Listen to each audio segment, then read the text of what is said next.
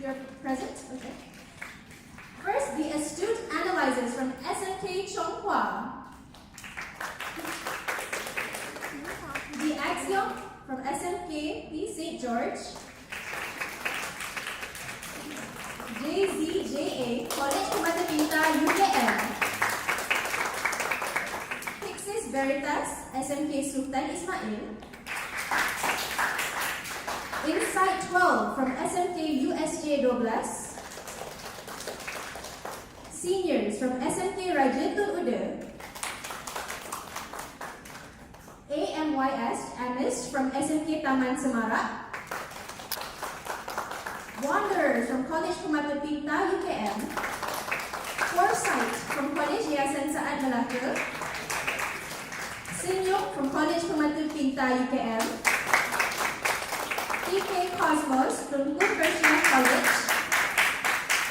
Sirius, SMK Datuk Haji Abdul Samad. And Apex Maxis from SMK Huna. Our friends that couldn't be here today because they will be presenting from Sarawak.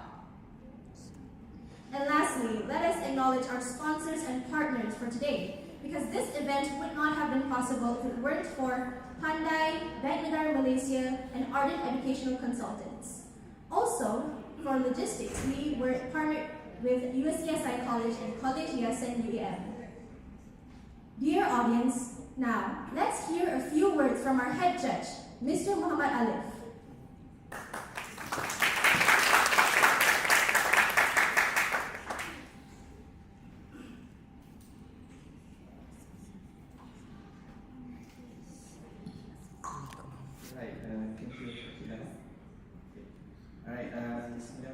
Assalamualaikum warahmatullahi wabarakatuh, and a very good morning everyone. So I'm Alif, I'm from Bank Negara Malaysia, and today we have the line of judges, Ishak and also Akira, as well as from Bank Negara Malaysia. First of all, a very warm welcome I would like to extend to all our finalists. Me, Ishak and Akira, we've seen your work and we felt it, and we are really impressed with the quality that you guys delivered, and we're really looking forward to how you guys are going to present it in a live environment. And reaching this stage is already an achievement, but you should also be proud of how much you have been putting effort into the work. And I would like to thank the BASE Initiative team, mentors, teachers, partners, as well as parents for supporting these students throughout this whole competition. Because things like this kind of competitions, they don't really come. They come once in a blue moon. And I guess being here reminded me of how I was when I was a student several years ago. And when I was doing my A-levels back in 2018, 2019, I think BASE wasn't even initiated yet at that time. It was only the year after, I think a few friends of mine from my batch actually co-founded BASE. And these are the things that I wish I would have when I was 17 or 18 years old. But I think many of us are still figuring out at the age of 17 and 18 what we want to do, what to study at university, what are the scholarships available to apply. So throughout this competition, it is a competition, you present the stuff, but also take the opportunity to get to know each other, make new friends. And I was also a scholar from Bank Negara Malaysia, so when I got the scholarship, it changed my whole life. So you can always feel free to reach out to us, talk during lunch. So that's an opportunity that I really encourage everyone to take. Now, going back to the theme of the competition, the price of progress in an age of uncertainty, it is a timely and important question in the sense that we all want progress. We want better technology, better quality of jobs, stronger economies, but it also comes with the trade-off like the MC presented earlier. With new technologies, increased opportunities, but there's also risks with the emerging industries, economic growth, improving lives, but also raising the questions about sustainability and inclusion. So those are the things that we want to tackle in this competition, and want to see what are the ideas that students can bring forward. So I don't want to speak too long, but I will today to provide the platform for you guys to interact and to learn one or two things from the people that have seen this type of work being put into. So yeah, without further ado, I pass it back to the MC. Thank you very much everyone. All the best.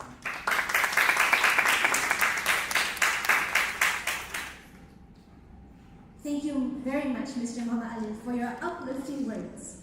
Now, let us invite Mr. Nur Izwan Shah as a representative from Bank Negara Malaysia to give his speech.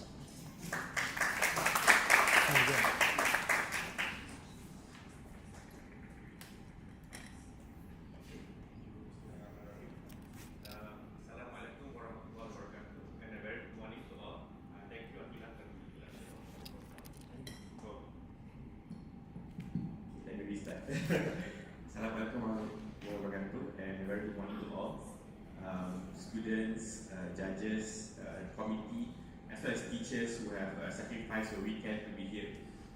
My name is Izwan, Nur Izwan Shah. I'm from Bank Negara Malaysia, and I'll be sharing a bit of my perspective on the competition and talking a bit about Bank Negara Malaysia scholarship.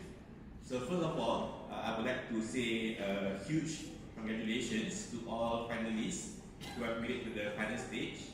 I was pleased to understand that there was a prelim stage in which all of you guys did very well, and we look forward to seeing your performance today. So as Alif mentioned just now, when we were in high school, this kind of competition didn't exist. And how I wish this kind of competition did exist, because we did join some competitions when we were in high school, different competition, and to be honest, those competitions were the highlight of my high school, I can say. And I could also say that it formed part of the ingredients that made us who we are today. All of us here from Bank Negara Malaysia who did your competition. So I guess my point is to all of you, do cherish this experience of working with your friends, joining competition, and you will learn a lot from the competition. Winning is a bonus, but if anything, it's also the experience of going through the hardship, cracking your brains to solve the case study, working with your teammates and learning from others as well, other schools, networking with them, getting to know. Because in your future journey, you will meet more people, and getting a head start beyond your school environment is a good thing. Secondly, I would like to relay my kudos to the BASE Initiative team for the good work in organizing this case study competition. And thank you so much for the opportunity to collaborate with Bank Negara Malaysia. We look forward to future collaborations. And I think BASE is doing a good job at the end mission is to give exposure about scholarship. And not just that, but this kind of competition actually prepares you. So this is where I'm getting into my role at in Bank Negara Malaysia. So what I do is basically to do this kind of competition, but in a larger scale, to select the next Bank Negara Malaysia scholar. So just for your information, a lot of other sponsors, when they do sponsor for scholarship after SPM, do this kind of competition, because the skill set that we look for, problem solving, critical thinking, that form part of what we do in management, policy making. And these kind of qualities do not appear in your application per se. So at Bank Negara Malaysia, how many of you here have heard about Bank Negara Malaysia scholarship, if I may just ask? Okay, that's a good thing. Okay, how many of you actually plan to apply for Bank Negara Malaysia scholarship?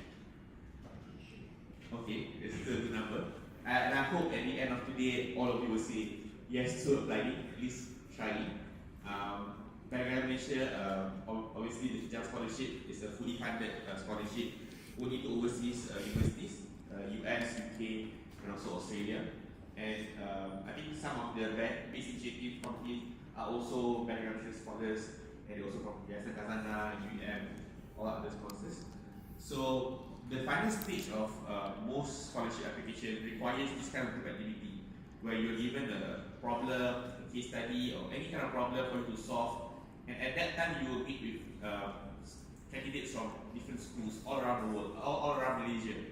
So you can see how this kind of competition is a good exposure for you. And I again applaud BASE for doing this. I will be around to observe the students taking notes on potential candidates, and be around if you want to have a chat and learn more about Bank Negara Malaysia scholarship. And lastly, I would like to share a bit of perspective regarding the risk that comes with AI.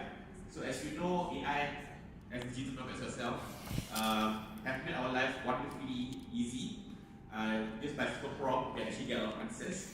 However, the risk that comes with this is the erosion of critical thinking. People stop thinking for yourself and rely a lot on the machines to do it for us. And this is a challenge that we face at the workplace in Banegara Malaysia. That young people joining us, do not have the over-reliance on technology. AI reduces the capability to think critically, and which is why competition like this actually sharpen those skills for you: problem solving, critical thinking, analysis. So I want to end that perspective. So in your onwards journey, your greatest capital is actually your brain, your intellectual capacity. And I would like to end by saying that I look forward to seeing all the presentations by the groups. I'm sure you have worked very hard to reach at this stage, and on top of homework, exams, and whatnot. How many of you here are from Form 5 students, Secondary 5? Okay. So all the best to you for your SPM this year. And I think some of you are probably like in the trial season, something. So all the best to all of you. Again, enjoy your schooling journey, and kudos to this. Thank you.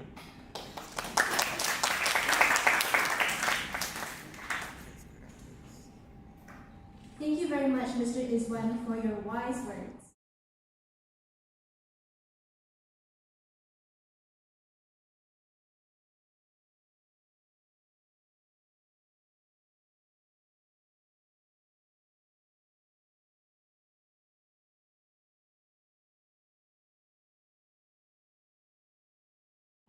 Because it's such a huge issue nowadays that must be discussed. Now, moving forward, let's talk about rules and regulations. Firstly, each team will have a maximum of 10 minutes presentation for each group. Once you exceed the time limit, your presentation will no longer be evaluated. The bell will be rung once when only 2 minutes left. The timekeeper will ring the bell twice when the presentation time is up.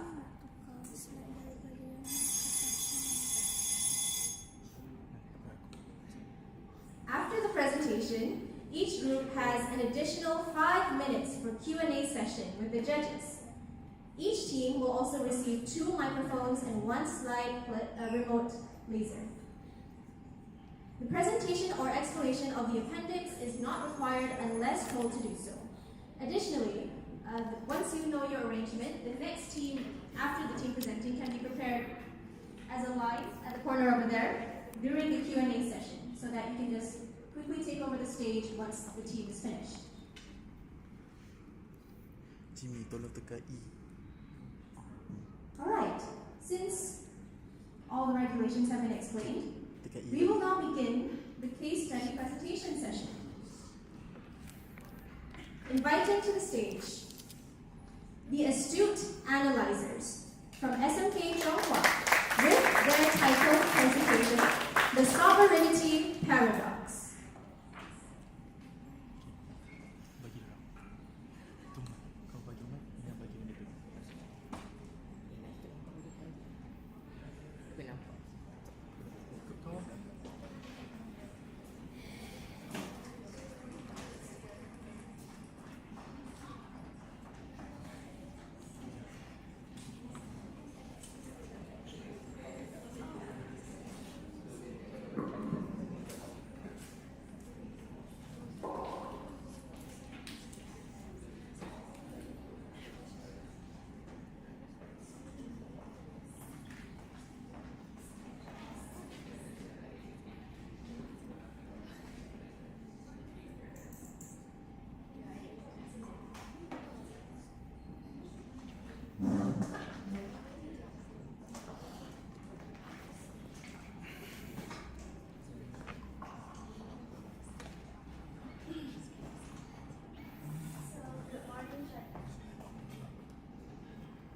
Yes.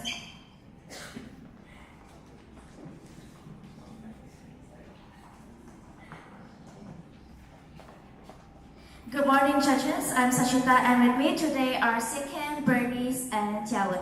We are from SMK Chonghua Our report is called The Sovereignty Paradox, and it asks to what extent has geopolitics pushed countries toward energy sovereignty, and what should that mean for Malaysia?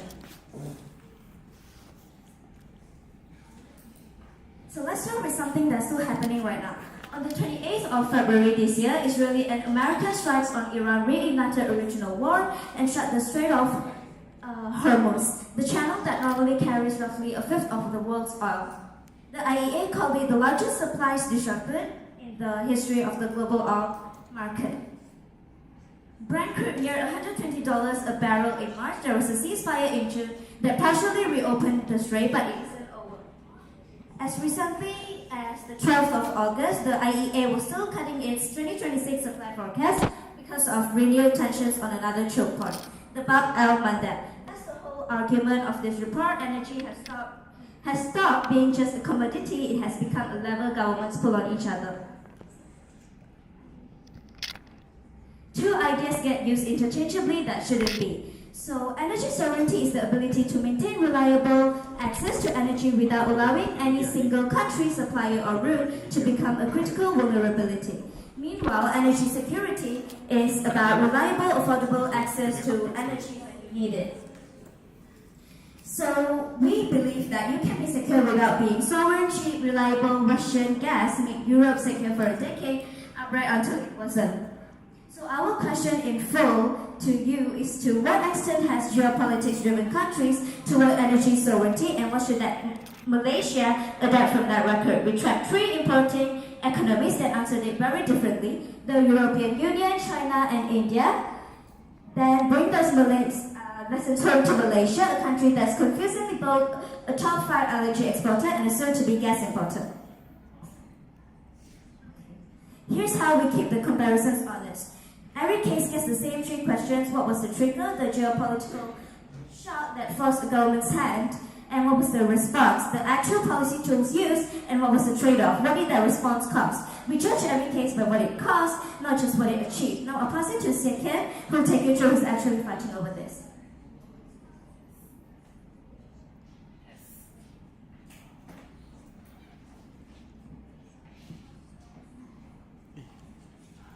Thank you, Sachita. Now we'll look at 5 different groups from the 5 different bands. So first of all, government, they want to control resource nationalism and to provide new trade routes. For energy industry, they have to control the risk of shipping and suppliers. For workers, they want job training for rig or coal jobs before it disappears. For local communities, they want consent and a share of the upside, meaning that they must know the benefit of the project. Last but not least, for NGOs, they have to push decarbonization to create a sustainable environment, and they have to check whether it benefits everyone.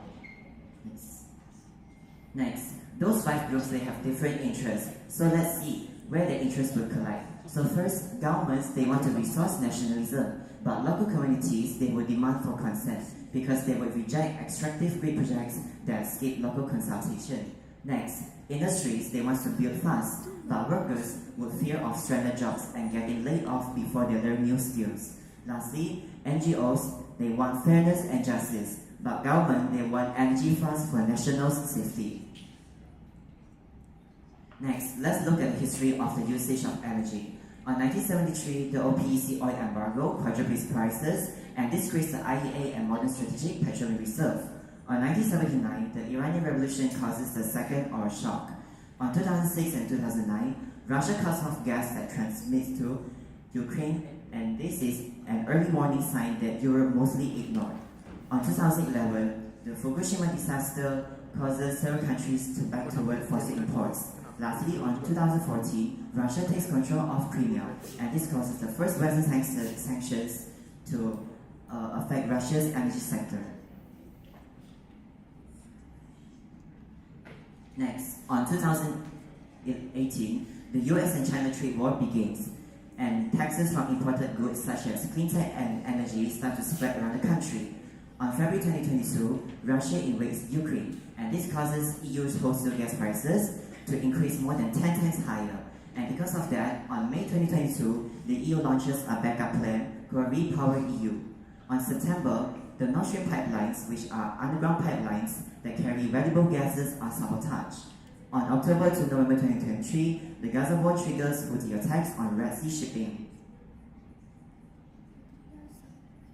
Then, on April 2025, China restricts exports of 7 heavy rare earth elements using EV metals and wind ring magnets.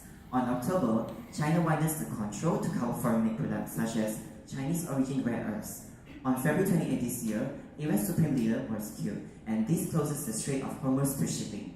On March, this causes the Brent crude oil prices to fluctuate near $120 per barrel.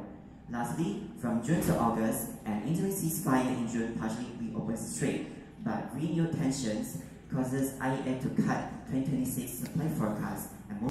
Spike